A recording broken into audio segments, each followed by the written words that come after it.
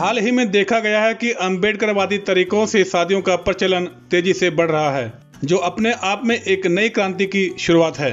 दरअसल अब दलित परिवारों में शादी विवाह के कार्ड में हिंदू देवी देवताओं की बजाय अम्बेडकर और तथागत बुद्ध के चित्र प्रकाशित करवाने का प्रचलन तेजी से बढ़ गया है।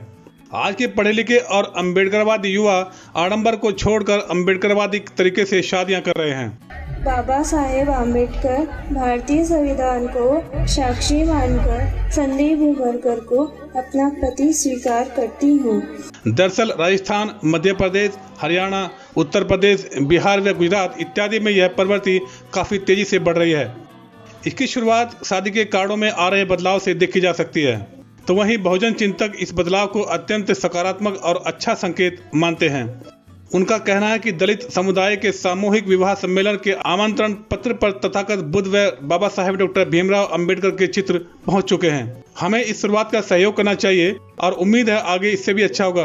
अगर हमने पुरोहितों के पाखंड में उलझे लोगों के इस कदम की आलोचना की तो वो वापस उसी रूढ़िवादी के अंधे कुएं में जा गिरेंगे, जहां से निकलने को वे प्रयासरत हैं। उनका मानना है कि किसी न किसी समय और जगह से तो शुरुआत करनी ही होगी।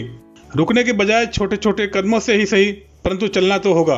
इसके बारे में खुला मंच ने जब कुछ अम्बेडकरवादी लोगों से बात की तो लोगों ने बताया, तो मेरा कहना यह है कि देखिए, बाबा साहब ने इतना बड़ा संविधान दिया, हम लोगों को गुलामी से निकाल के आज़ाद कराने का काम किया।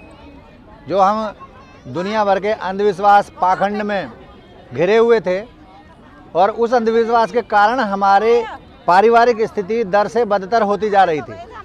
हम लोग कुरीतियों में घिरे पड़े थे। बाबा साहब ने संवैधानिक माध्यम से हमको ये